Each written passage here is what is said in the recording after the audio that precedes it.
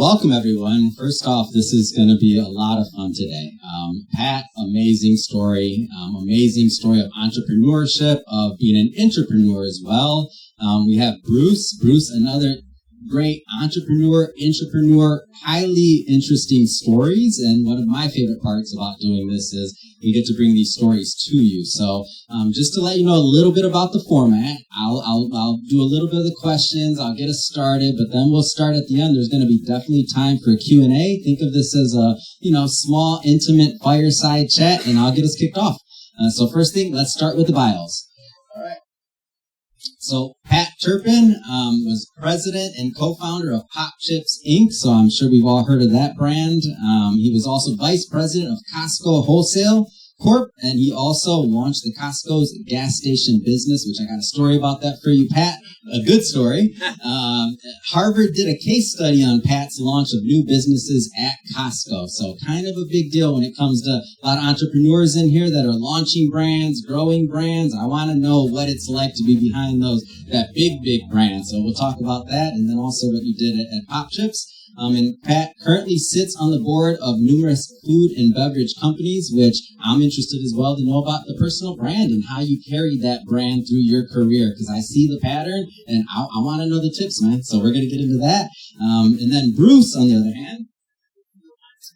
So Bruce, his journey spans from the United States Marines, where he served, all the way to the LAPD, where he was awarded the highest award, the Police Medal for Bravery.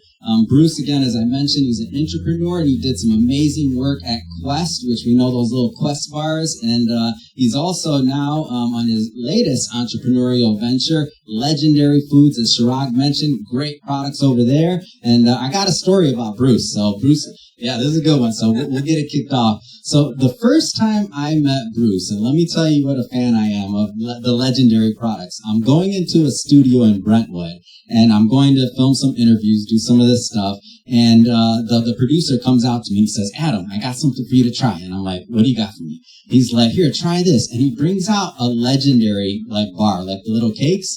And I'm like, I brought my own. And he's like, "What do you mean?" And I'm like, Legendary keeps me alive when I'm traveling, when I'm doing things. Like, it keeps me alive. He didn't believe me. I was like, so I opened up my briefcase, and I'm like, my little bag, and I'm like, "Look, it's chocolate. You don't even have chocolate here today." And he's like, he looked like white as a ghost. Then Bruce comes out, and he's like, Bruce is all confused. He's like, "Who is this guy? First of all, I've never seen you. I don't know what you're talking about." He comes up, and he's like, I'm showing him this Legendary bar, and he's like, "Wait a minute." So when I see what Bruce is doing at Legendary, I'm amazed. I think it's amazing, and I'm interested to know the story. So transition from Quest at some point, and then deciding to launch your own brand and to go on that entrepreneurial pursuit. Talk to us about it.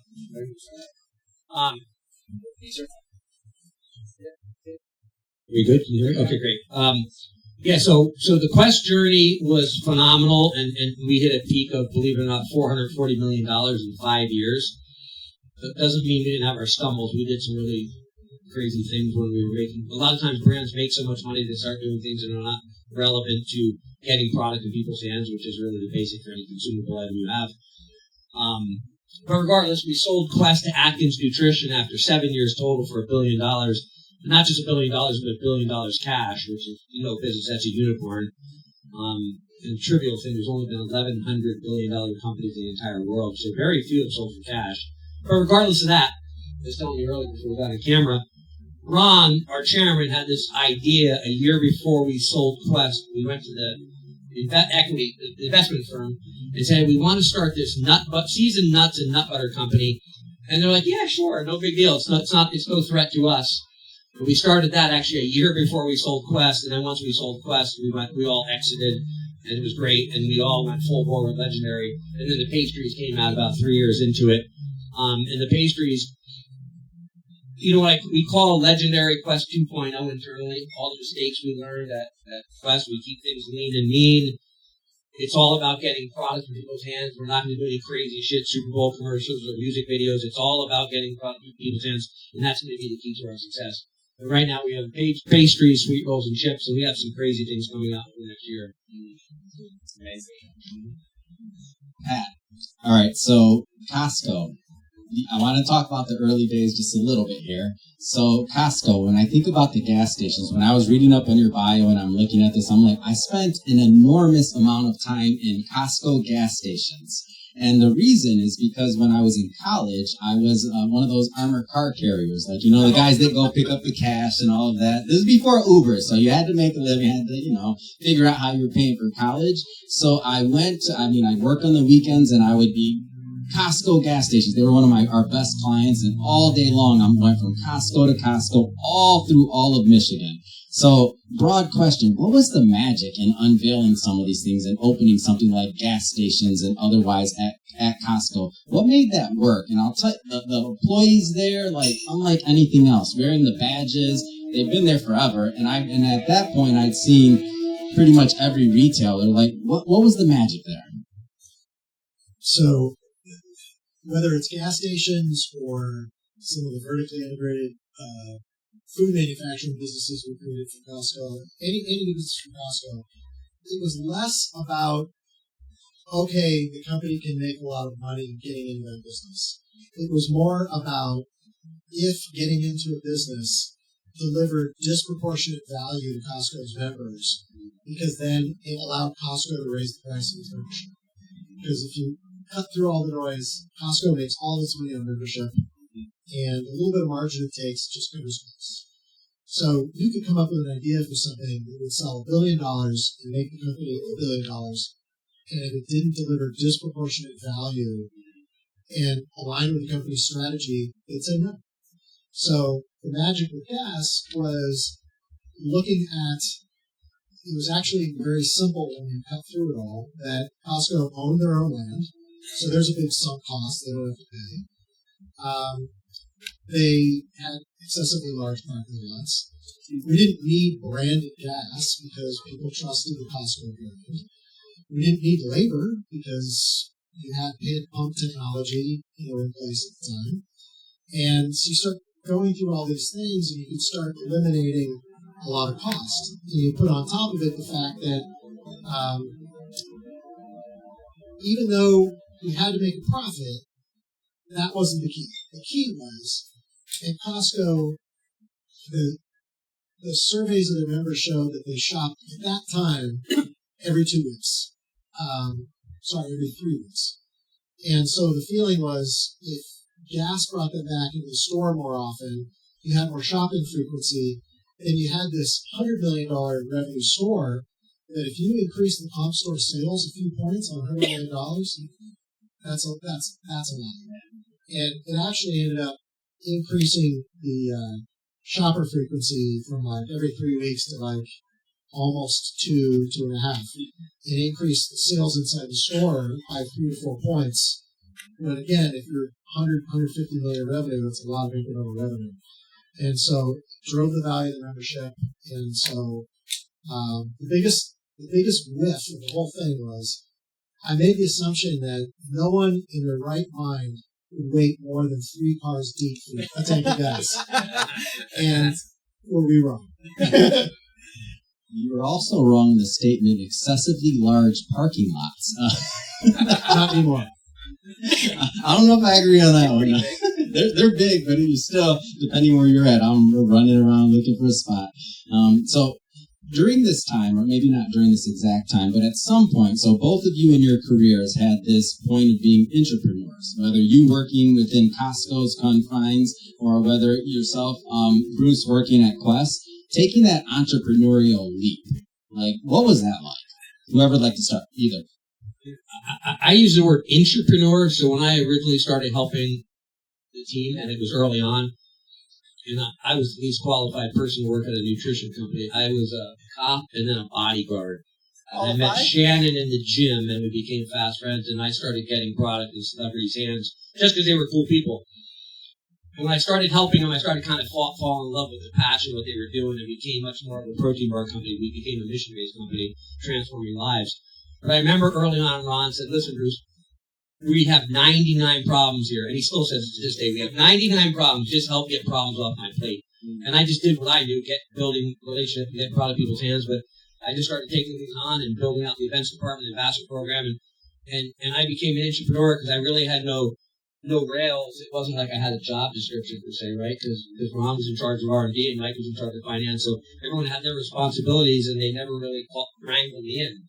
So I think everyone can be an entrepreneur inside their company, even if you might be a W-2 employee. It's just a matter of how far you want to push the limits.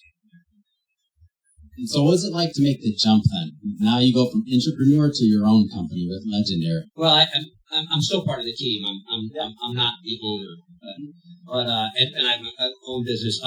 You know what? I just realized it's interesting. Everyone wants to be an entrepreneur, they think to do, but then they go from working 40 hours a week to working 80 hours a week, and we still answer to people. One thing I've figured out in life: if you're in the customer service business, you're always answering to people. Even Elon Musk, as crazy as he is, you're always answering to people, and you have a board of directors, so it doesn't matter how successful you are, you still, are answering people. So even if you're an entrepreneur. Yeah, for sure. Board members, For sure. Board members, shareholders, everybody. Pat, same thing. In my case, I launched 3 different businesses at Costco, but we ended up evaluating about 2 dozen. Most of them just never made it to the finish line of launching for various reasons. And really that caused me to get kind of bit by the entrepreneur bug because, some of these businesses became pretty successful. But, in a large company, you can create $1 billion business and your reward is, mine was a $25,000 raise, a title change, and an attaboy. And I realized that's not participation. And if I wanted to participate, I had to take the risk. And so it was probably the most difficult career decision of my life because Costco is an amazing company with wonderful people. I have friends to this day. But I knew I had to take the leap, and so I did. And it was really an opportunity not just to participate, do it on my own, but also take a lot of ideas where I'd see, hey, everybody does it this way. Why isn't anyone trying this? And be able to, utilize some of your own, ideas and thoughts. I know there's a lot of entrepreneurs in the audience that you guys have all done as well. But the biggest change for me, it was the biggest shock, was having to manage my own balance sheet. When you're working for a large company, your project gets approved, the checks just get written. You got to meet your budget or you're fired, but you don't worry about where the money comes from. When it's your company, you're spending a disproportionate amount of time wondering where the money's coming from. Great answer. Yeah. Any entrepreneurs in here? Do we want? Yeah, there we go. So everybody feels that one, I'm sure.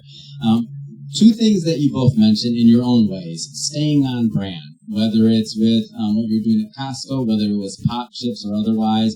Bruce, whether it's like you mentioning, you're going to go out, you're going to get product in people's hands.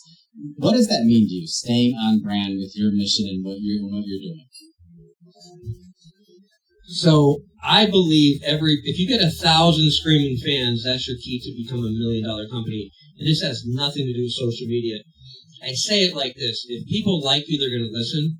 If they trust you, they're going to buy. But if you transform their lives, they're going to go to the highest mountaintops and scream your name. And that's exactly what happened at Quest. People would write us and say, I've got diabetes and my blood sugar is spike. I've got celiac disease. I'm eating product. I've lost 30 pounds over the last 5 months. So when you get that kind of momentum, you create a mission, and that's what happened at Quest. Did I answer your question? Being on brand. So, probably the best example I can give on being on brand is my experience at Popchips. We knew that if we didn't create a culture, the employees would create a culture for us, and we might not like what they created.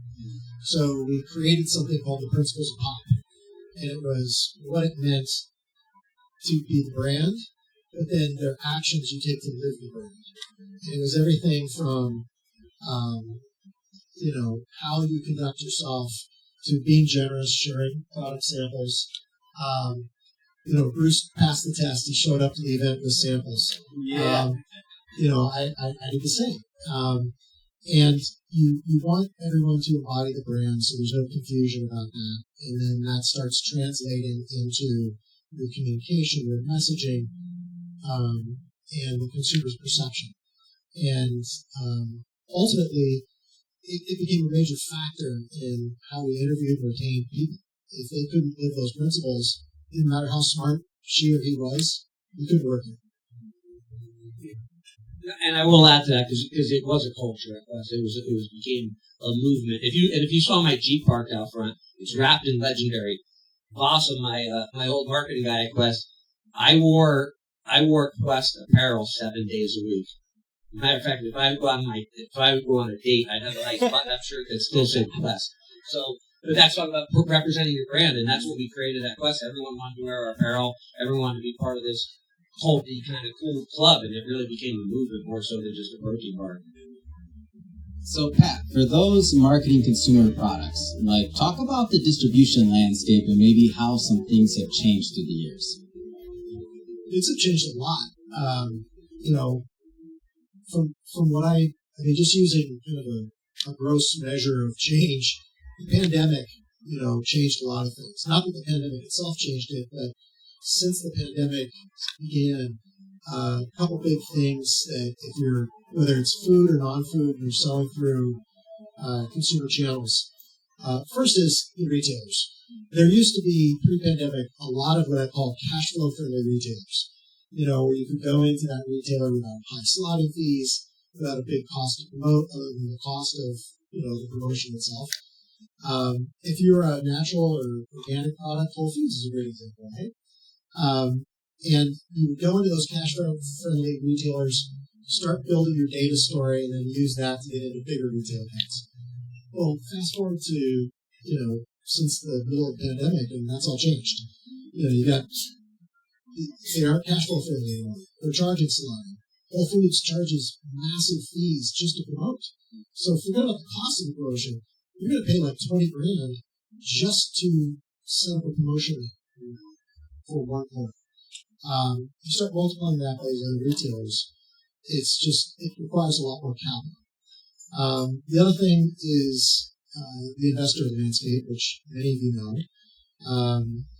It's completely changed. The kind of free-flowing money for, don't worry, don't look over here at the bottom line, look at the top line, we're growing. That doesn't really exist anymore in the consumer space. Investors want to see small losses in the beginning, clear path to profitability, and much more of an emphasis on margins. So you're getting pressured on limited capital, pressure to turn a profit, yet the retail landscape is becoming much more expensive to operate in. So what does that mean? For a lot of the companies that I work with, it means, number one, you have to be incredibly thoughtful about your distribution strategy and picking and choosing more carefully to build that data story that starts to say, look, we're winning, and go, what channels of trade, what geography, what retailers within those channels of geography, and also have, a sufficient amount of capital. It takes more capital than it did, frankly, when I was doing Popchips in the early 2000s. Probably the biggest change I've seen are those two areas. And Bruce, I know where I get my legendary Target, USC. That's where I'm going. Anything in distribution that you notice have changed in your project? Yeah, for sure. I think you mentioned already, COVID definitely changed the world. I think every single person on the planet only shopped online, and I don't think retail has ever really recovered completely. I think a lot of people have been comfortable shopping online, and I love going to brick and mortar stores. I love supporting them, but sadly, you see them closing. And early on at Quest, GNC was our largest partner. Oh, wow. Like at $30 million a year.